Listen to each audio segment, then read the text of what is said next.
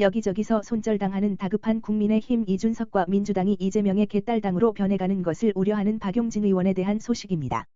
이준석이 언급한 신군부와 계엄, 그땐 이준석이 막 기어다니거나 걸어다니기 시작할 때인 것 같은데 이준석이란 분이 어디서 들은 건 좀 많이 있는 것 같습니다.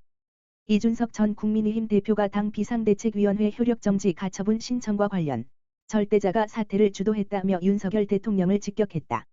이 전 대표는 지난 19일 법원에 제출한 자필 탄원서에서 절대자는 지금의 상황이 사법부에 의해 바로잡아지지 않는다면 비상계엄 확대에 나섰던 신군부처럼 이번에 시도했던 비상상황에 대한 선포권을 더욱 적극 행사할 가능성이 있다며 이같이 주장했다. 윤 대통령을 신군부 전두환 노태우 전 대통령에 비유하며 사법부의 가처분 인용을 호소했다. 그는 절대자와 가까운 사람으로부터 당대표직에서 물러나면 윤리위원회 징계 절차 및 경찰 수사 절차 정리, 대통령 특사 중재 등을 제안받았다고 폭로했다. 그간 윤 대통령을 간접 비판해온 이 전 대표가 사실상 절대자 독재자 프레임을 동원해 윤 대통령에게 직격탄을 날린 것으로 상당한 파장이 예상된다. 23일 법조계에 따르면 이 전 대표는 이 같은 내용의 자필 탄원서를 서울남부지법에 제출했다.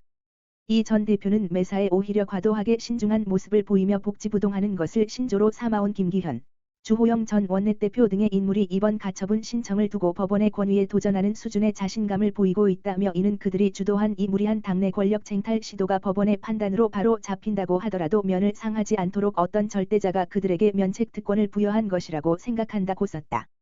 이 전 대표는 올해 6월 지방선거가 끝나고 저는 절대자와 가까운 사람으로부터 당대표직에서 12월까지 물러나면 윤리위원회의 징계 절차와 저에 대한 경찰 수사 절차를 잘 정리하고 대통령 특사로 몇 군데 다녀올 수 있도록 중재하겠다는 제안을 받은 바 있다고 폭로했다. 이른바 윤핵관으로부터 당대표직에서 물러나면 경찰 수사를 포함한 선처를 받을 수 있도록 해주겠다는 회유 제안을 받았다는 것이다. 이 주장이 사실이라면 여권 핵심 관계자가 엄격하게 중립이 요구되는 경찰 수사에 관여할 수 있고 관여하겠다는 뜻을 내비친 것이어서 논란이 일 것으로 보인다. 이 전 대표는 이어 지금 이 시점에 이르기까지 며칠 간격으로 간헐적으로 비슷한 이야기를 다른 주체들에게서 듣고 있다며 저는 저에게 징계 절차나 수사 절차에 대해 언급하면서 그것에 대한 타협의 가능성을 언급하는 것 자체가 매우 모멸적이고 부당하다는 생각에 한마디로 거절했다고 주장했다. 이 전 대표는 자신의 당대표직 해임으로 이어진 상임전국위의 비상선포권에 대해서도 상임전국위가 비상선포권을 가지게 된다면 여러 가지 방법으로 악용될 소지가 있다며 지금은 비상상황에 대한 선포가 절대자의 당대표 쫓아내기에 이용되고 있지만 역으로 당대표가 본인의 권력을 공고히 하기 위해 사용할 수 있다고도 적었다. 그는 간단한 사고 실험을 통해서 고민해봐도 우선 임기가 얼마 남지 않은 대표가 지지율 하락 등 정치적 상황을 이유로 상임전국위에서 비상상황으로 해석해달라는 요청을 하면 그에 따라 당대표가 본인과 친소관계가 강한 인사를 비상대책위원장으로 선임하여 실질적인 임기의 연장을 추진할 수 있게 된다고 적었다. 그는 때에 따라 공천 등과 같은 중요한 정치적 일정과 결합하여 이것은 매우 심각한 정당 민주주의의 위기를 일으킬 수 있다고 강조했다. 이 전 대표는 탄원서 말미에 대통령과 기득권 주류에게 정치적 압박을 받지 않는 자유로운 여당을 만드는 것은 계란으로 바위 치는 것에 비견될 것이라며 사법부에서 당내 민주주의 확립의 관점에서 살펴봐 주시길 부탁드린다고 적었다. 해당 탄원서는 자필임에도 오자가 거의 발견되지 않았다. 이 전 대표가 수차례 사전 연습 끝에 내용을 작성했다는 것을 짐작할 수 있는 대목이다. 이 전 대표는 끝으로 정당의 일을 정치로 풀어내지 못한 아쉬움이 있지만 사법부의 조력을 간절히 구한다고 호소했다.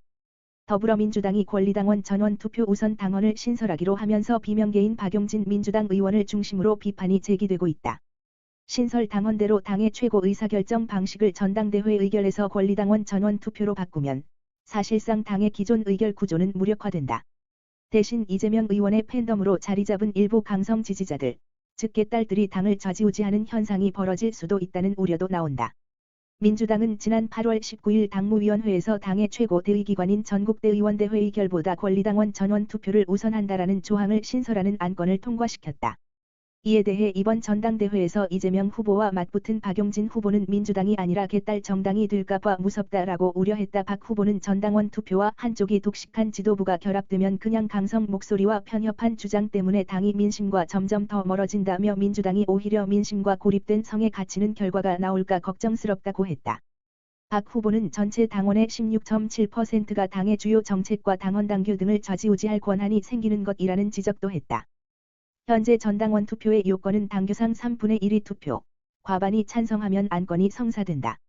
이에 박 후보는 과반 투표, 과반 찬성이 더 일반적이라며 민주당이 일부 당원들의 좌지우지되지 않고 개딸에 장악된 정당 비판을 듣지 않으려면 당원 과반의 의사를 반영하도록 해야 한다고 주장했다. 박 후보는 당의 최고 의결 단위를 변경하는 중요한 사항이 제대로 된 토론과 공감이 이루어지지 않고 속전속결로 은근슬쩍 진행되고 있다는 비판도 했다.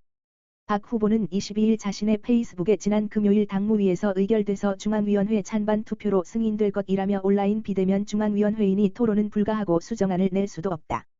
어떤 위험과 우려가 있는지 논의 한 번 못하고 표결만 진행해서는 안 된다고 적었다. 이어 이렇게 자칫 일부 강성 목소리만 과대 대표되면 당심과 민심의 괴리를 더 크게 만들 수 있다.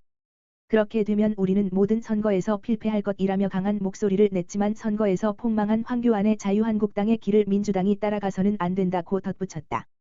오늘도 시청해 주셔서 감사합니다. 구독과 좋아요 부탁드립니다.